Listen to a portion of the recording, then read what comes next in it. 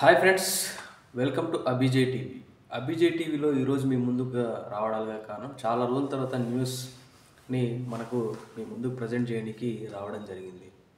ఇప్పుడు జరుగుతున్నటువంటి తెలంగాణ రాష్ట్రంలో ఎమ్మెల్యే ఓట్లు వేస్తే గెలిపించుకునే ఎమ్మెల్యే కోట ఎమ్మెల్సీ స్థానాలను భర్తీ చేయడం జరుగుతుంది తెలంగాణ రాష్ట్రంలో. అదేవిధంగా 5 స్థానాలకు ఎన్నికలు జరిగే అవకాశం ఉంది. ఎందుకంటే 5 స్థానాలు ప్రస్తుతం ఖాళీగా ఉన్నాయి. అందులో కాంగ్రెస్ పార్టీ నుంచి 3 స్థానాలు పోటీకి దిగుతున్నారు. అదేవిధంగా వాళ్ళ మిత్రపక్షమైనటువంటి సిపిఐ పార్టీకి ఒక స్థానాన్ని కాంగ్రెస్ పార్టీ ఇవ్వడం జరిగింది పొత్తు ధర్మంలో భాగంగా. అదేవిధంగా బీఆర్ఎస్ పార్టీకి అఫీషియల్గా ఒక సీట్లు పోటీ చేయడం జరుగుతుంది. యాక్చువల్గా వాళ్ళైతే 10 మంది ఎమ్మెల్యేలు కనుక పార్టీ మారకుండా ఉంటే మాత్రం వాళ్ళు 2 స్థానాలకు పోటీ పడేవారు. కానీ ప్రస్తుత పరిణామాల దృష్ట్యా వాళ్ళు ఒక స్థానానికి పరిమితం అవుతున్నారు. వాళ్ళు కనుక ఇంకొక నామినేషన్ కనుక వేస్తే మాత్రం ఈ ఎమ్మెల్సీ ఎలక్షన్లన్నీ కూడా ఓటింగ్ ప్రక్రియ ద్వారా ఎన్నుకునే అవకాశం ఉంటుంది. కానీ వాళ్ళు చాకచక్యంగా ఒకే నామినేషన్ వేస్తున్నారు కాబట్టి ఇది దాదాపుగా ఏకగ్రీవంగా జరిగే అవకాశం ఉందని విశ్వసనీయ వర్గాలే కాదు, అక్కడ జరుగుతున్న పరిణామం దృష్ట్యా మనకు తెలుస్తూ ఉంది.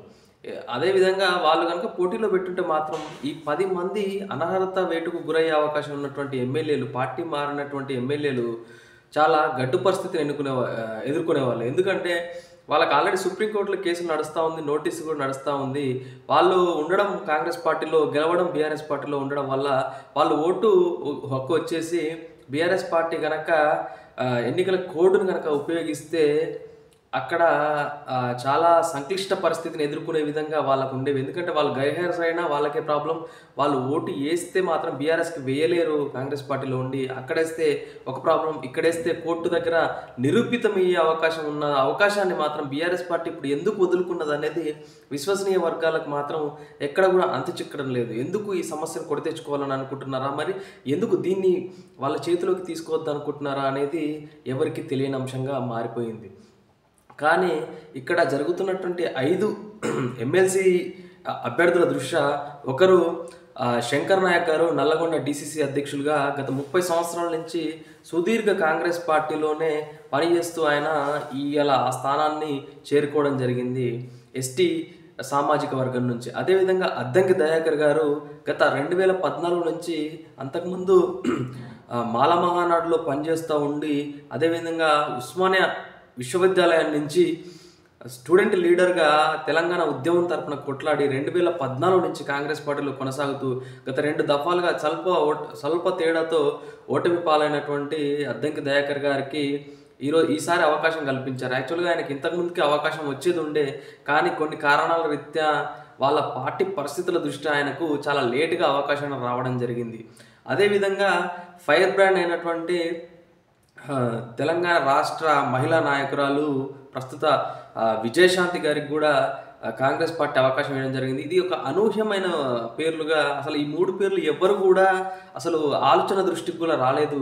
ప్రచారంలో కూడా సామ రామ్మోహన్ రెడ్డి, వేం నరేందర్ రెడ్డి గారి పేర్లు మాత్రమే ప్రచారంలో ఉన్నాయి. కానీ వాళ్ళ పేర్లు ఎవరీ లేకుండా వీళ్ళకి రావడం అనేది చాలా ఆశ్చర్యకరమైన విషయంగా తెలుస్తూ ఉంది. అదేవిధంగా సిపిఐ పార్టీ నుంచి సత్యం గారికి టికెట్ ఇవ్వడం జరిగింది. అదే బీసీ సామాజిక వర్గం నుంచి. విజయశాంతి గారు బీసీ సామాజిక వర్గం నుంచే ఇవ్వడం జరిగింది. ఇది కూడా ఒక బీసీ వర్గాలకు సంబంధించినటువంటి ఒక మంచి నిర్ణయంగా అందరూ తెలుసుకుంటున్నా ఉన్నారు. ఎందుకంటే ఇప్పటికే ప్రస్తుతం బీసీ యొక్క గొంతు, ప్రస్తుతానికి బీసీ యొక్క గొంతు మాకు అన్యాయం జరుగుతుందన్న ఒక అంశంపై వాళ్ళు తెరనేపుతుంటే ఇప్పుడు 2 ఎమ్మెల్సీ స్థానాలు కాంగ్రెస్ పార్టీ అంటే సిపిఐ పొత్తుతో 2 బీసీ స్థానాలకు ఇవ్వడం జరిగింది. అదేవిధంగా ఒకరు ఎస్టీ, ఒకరు ఎస్సీ మాలకు ఇవ్వడం జరిగింది. ఇదే విధంగా చూస్తే బీఆర్ఎస్ పార్టీ ఉద్యమ నాయకుడు అయినటువంటి దాసోజు శ్రవణ్ కుమార్ గారికి కూడా బీసీ సామాజిక వర్గం నుంచి ఇచ్చి, బీసీ తరపున మేము కూడా బీసీ తరపులనే ఉన్నామని చెప్పేసి బీఆర్ఎస్ పార్టీ కూడా తెలియడం జరుగుతుంది. ఖచ్చితంగా ఈ 5 ఎమ్మెల్సీ ఎన్నికల్లో 3 బీసీలకి అవకాశం కల్పించడం అనేది బీసీల యొక్క ఉద్యమం పట్ల కొంచెమంతా పనిచేసినట్టుగా అనిపిస్తూ ఉంది పైన సామాజిక వర్గాల నుంచి. ఎందుకంటే ఇప్పుడు జరుగుతున్నటువంటి 5 ఎమ్మెల్సీ ఎన్నికల్లో ఒక్క సీటు కనుక అగ్రకులాలకు కనుక ఇస్తే మాత్రం ఇప్పుడు ఉద్యమం ఉవ్వెత్తున ఎగిసే అవకాశం ఉంది. కాబట్టి ఉద్యమాన్ని అణగదొక్కాలనా, లేదంటే ఉద్యమాన్ని మేము బీసీలకు అన్యాయం చేయడం లేదనే ఒక అంశం గురించి అక్కడ తొక్కిపట్టాలనే ఉద్దేశంతో ఇచ్చారా, లేకపోతే నార్మల్గానే బీసీలకు అవకాశం ఇవ్వాలి, ఇప్పటికే అగ్రకుల వర్గాలు అన్నీ కూడా ఎమ్మెల్సీ శాసన మండలిలో పూర్తిగా వాళ్ళ పెత్తనమే ఉంది, మిగతా వాళ్లకు ఇవ్వకుంటే ఇది తిరగబడే అవకాశం ఉందని ఇచ్చారా అనేది తెలియని అంశంగా ఉంది. ఖచ్చితంగా మిత్రులారా, ఇది నిజంగా ఏ విధంగా జరిగింది, బీసీల యొక్క విజయంగా భావించాలా, లేదంటే బీసీలను ఏదో సంతృప్తి పరచాలి అనే ఇచ్చారనుకోవాలా అనేది మీరు అందరూ కూడా కామెంట్ ద్వారా తెలియజేసి మన యొక్క ఛానల్ని సబ్స్క్రైబ్ చేస్తూ ఎంకరేజ్ చేయవలసిందిగా కోరుతున్నాం మిత్రులారా. Please subscribe Abhijay TV. Thank you మిత్రులారా, ధన్యవాదాలు మిత్రులారా.